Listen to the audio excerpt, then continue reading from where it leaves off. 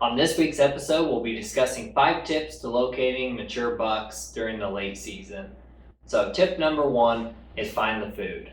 That could be a cut cornfield, could be a bean field, could be standing grain, could be a green plot, depending on if it's been cold for a while and it's warmed back up. Find the food, you'll find the deer. During late season, it's all about the food. So once you locate a mature buck on food, then you're going to have to figure out where that deer's coming from, where the likely bedding areas are, and how you can either intercept that deer on the way to food, or wait them out, and catch them on the food. So that'll bring up tip number 2. Tip number 2 is you need thick cover. During late season, cover is key. It's never been more important than it is right now. Deer need that security cover. They need thermal cover. They're trying to stay out of the cold. They're trying to do anything they can to survive. They're trying to avoid predators. They're trying to avoid hunters. They've been bumped around or shot at all season, so they're going to be looking for cover.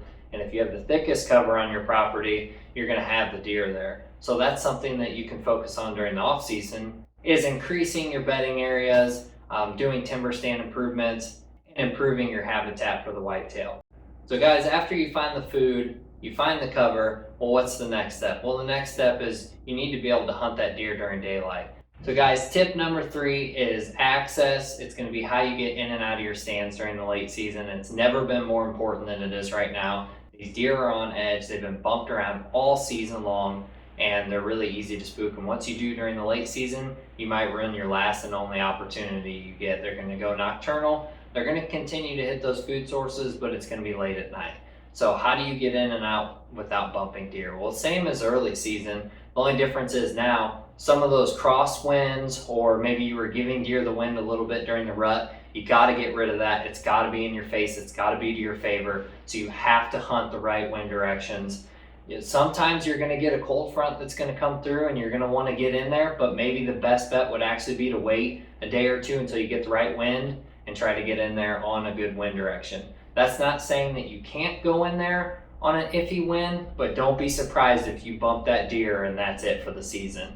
So once you find the food, the access, and then you figure out what wind direction you need to hunt this area, the next tip, guys, is going to be waiting for weather. And when I say weather, I'm talking a cold front, harsh snow, maybe even a little bit higher wind speeds than you've been currently having. It needs to be something that's not average. During the late season, deer are on this clock from bed to food, bed to food, bed to food, and it's going to take something like a severe weather front to get them there early. During the late season, I focus mostly on afternoons. It's like that last hour again.